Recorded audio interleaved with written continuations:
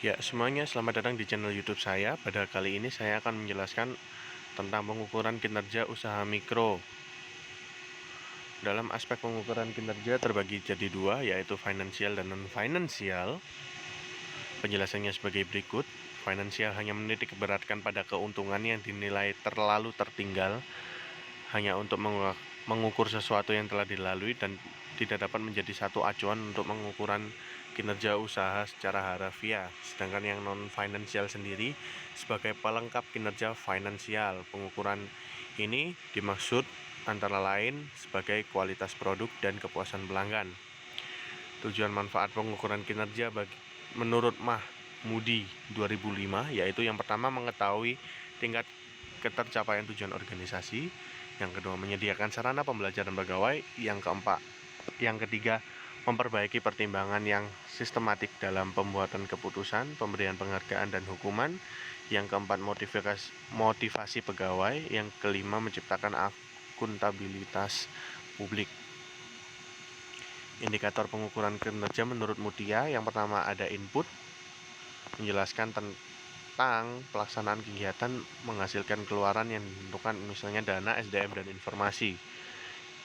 Indikator output sendiri, yang kedua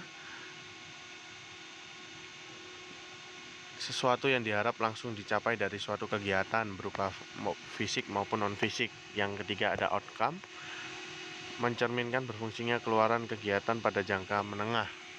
Yang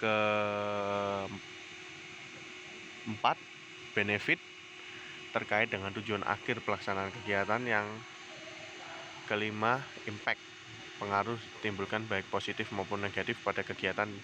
Tingkat indikator berdasarkan asumsi yang telah ditetapkan. Berikut ada beberapa data dari sebuah jurnal.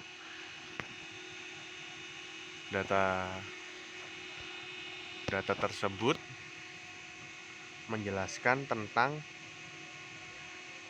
di mana Indonesia terdapat usaha mikro, kecil, dan menengah. Kementerian Koperasi dan Usaha Mikro, Kecil, dan Menengah mencatat kontribusi sektor UMKM pada PDB yang meningkat dari 57,84% menjadi 60,34%. Di Surabaya terdapat 260.762 UMKM, usaha mikronya sebanyak 6.533.694, usaha kecilnya terdapat 261.827.000, usaha menengahnya terdapat 3.041. Dari responden tersebut, seperti yang tadi saya jelaskan, pengukuran kinerjanya ada non-finansial yang berkaitan dengan produk.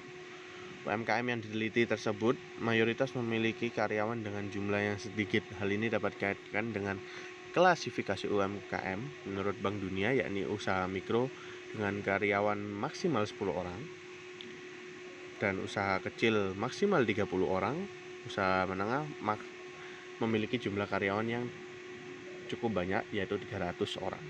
Dapat disimpulkan bahwa usaha yang diteliti ini mayoritas merupakan usaha mikro.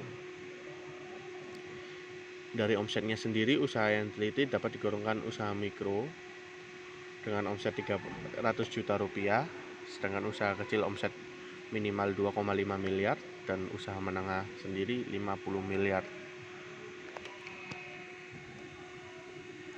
UMKM sama-sama meletakkan aspek finansial dan non-finansial secara seimbang, meski penerapan pengukuran kinerjanya biasanya tidak dilakukan secara formal seperti itu. Lalu ada 4 perspektif dalam balance score di UMKM. Perspektif yang pertama perspektif finansial, yang kedua pelanggan, yang ketiga bisnis internal, dan yang keempat sendiri adalah pertumbuhan dan pembelajaran. Sekian dari penjelasan saya ucapkan terima kasih.